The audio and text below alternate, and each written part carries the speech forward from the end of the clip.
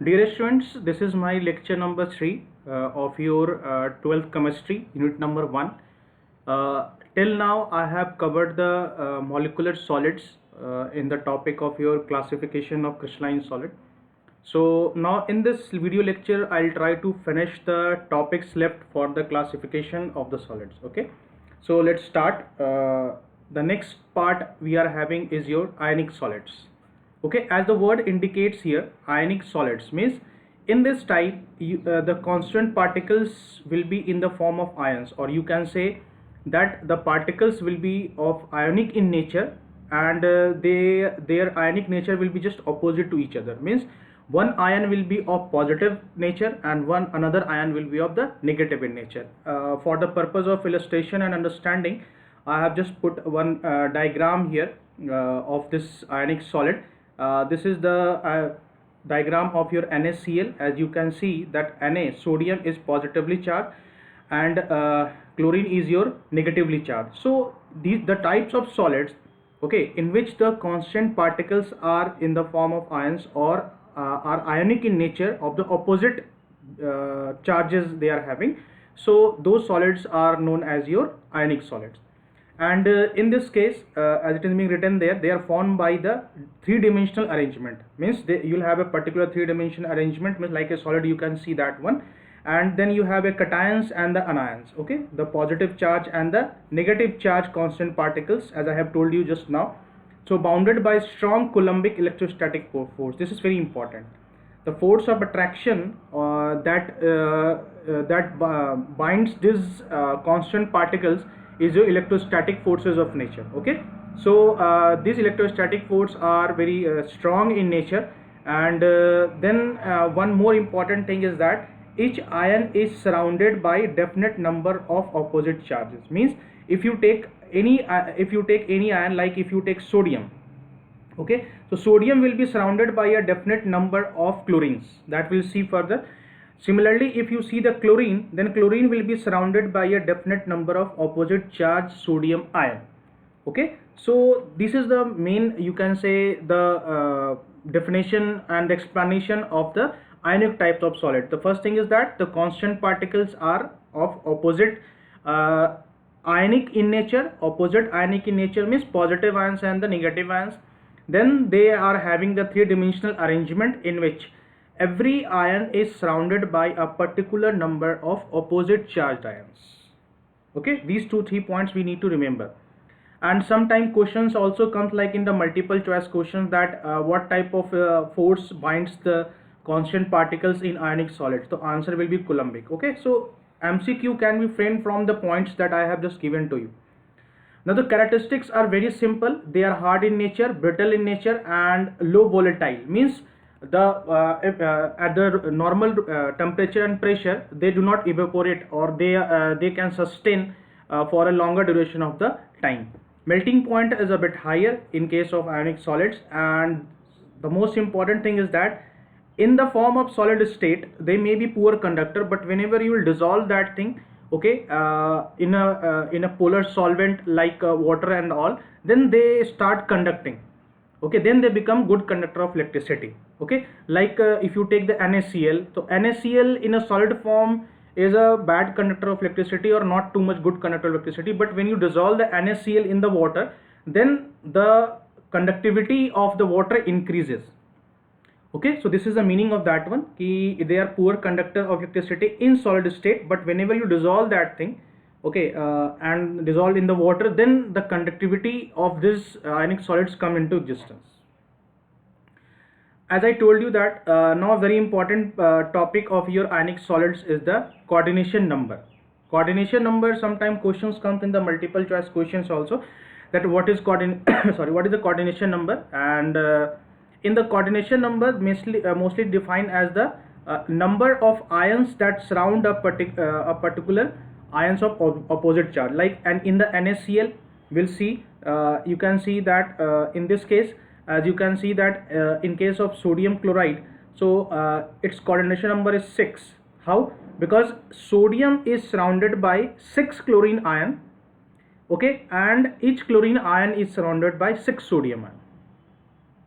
Okay, so the this is the coordination number. Coordination number means related to the surrounded ions, surrounded opposite ions.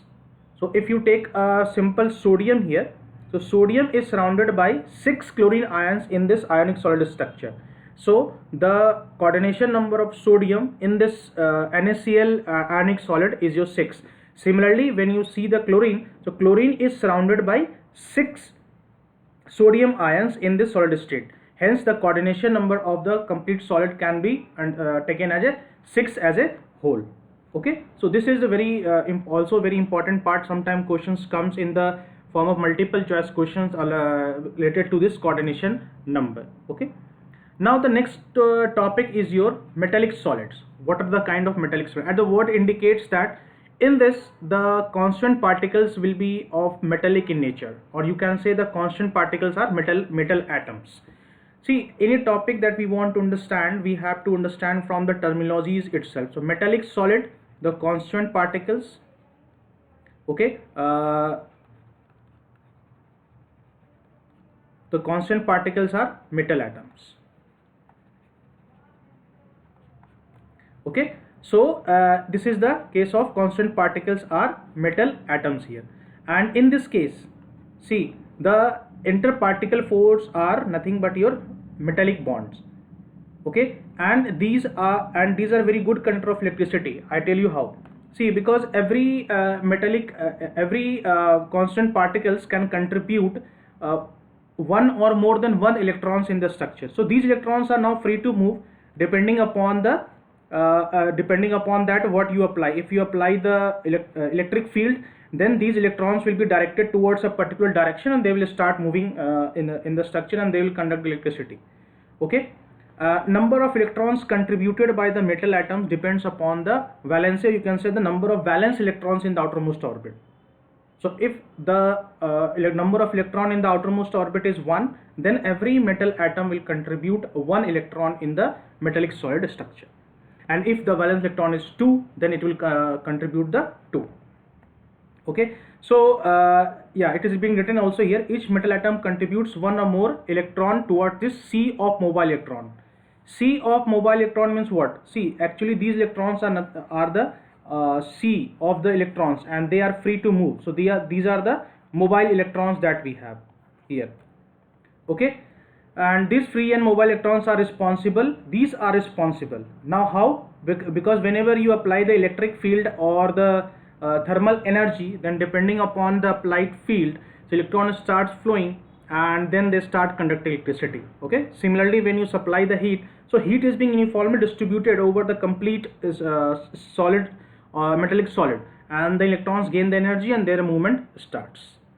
Now some of the characteristics that we have, general, it is soft to very hard. Your metallic solids can be soft and it can be very hard. They are malleable, you can mold it, and ductile also, and they are good control of heat and electricity, and the visibility, or you can say the appearance, is a bright in nature, melting point is high and boiling point is also high, and they have moderate heat of fusion. So these are the few characteristics of your metallic solids. Now covalent solids, as the word indicates, in this type of solids you will have the covalent bond. Okay, you will have the covalent bond among the or you can say the between the constant particles.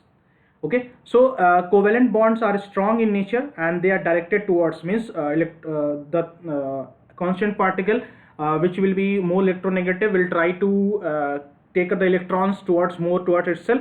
That's why we tell that covalent bonds are directional in nature, and obviously they are very strong. Covalent bonds are very strong bonds. Okay, next part is your characteristic of covalent bond. So they are hard. Diamond, as an example, you can say the diamond is the hardest natural occurring substance. Okay, and melting point is very high, and they are poor conductor of heat and electricity. Okay, they are poor conductor. Like diamond is a poor conductor of heat and electricity. The only one exception is your graphite. Okay, so graphite is an exception. Rest of all, you can understand that they are poor conductor of heat and electricity, and heat of fusion is also very high in this case. So in this table I have summarized all the classification of the solid on the basis of binding forces. It will give you an insight about examples are being also mentioned there. So the question can be asked like this: in case of atomic solid crystal, the particles are atomic in nature, and the force is your London dispersion forces or van der Waals forces, and properties is being summarized here in this way, and examples of noble gases. In the molecular, you have the again you can have polar or non-polar molecules. So in these cases you have the van der Waals forces, London dispersion, or dipole you can have. So they are soft, a bit soft, low moderately, high melting points, and poor thermal and electric conductors. Examples are dry ice. Similarly, in case of ionic solid, so you have the positive and the negative ions. Force is your ionic bonds, and they're hard and brittle, high melting point, high heats of fusion, poor thermal and electric conductors are there. And example is NaCl and ZnS. Similarly, the covalent bond, just we have discussed. So we are having binding force is your covalent bond, and they are very hard and very high melting point. They have poor thermal electric conductors, and examples are diamond and quartz. And in the last is your metallic. So in this way, I have just summarized the. This table represents a kind of summary of the classification of solid on the basis of your binding forces. It will give you a brief about, and it will help you in solving the multiple choice questions also, because everything is present in the tabular form. Okay, so that's all for this lecture. It's a very short lecture. Just my main intention was to complete the classification. In the next lecture I'll be taking the further topics onward. Okay, so thank you so much for watching this video, and take care of yourself.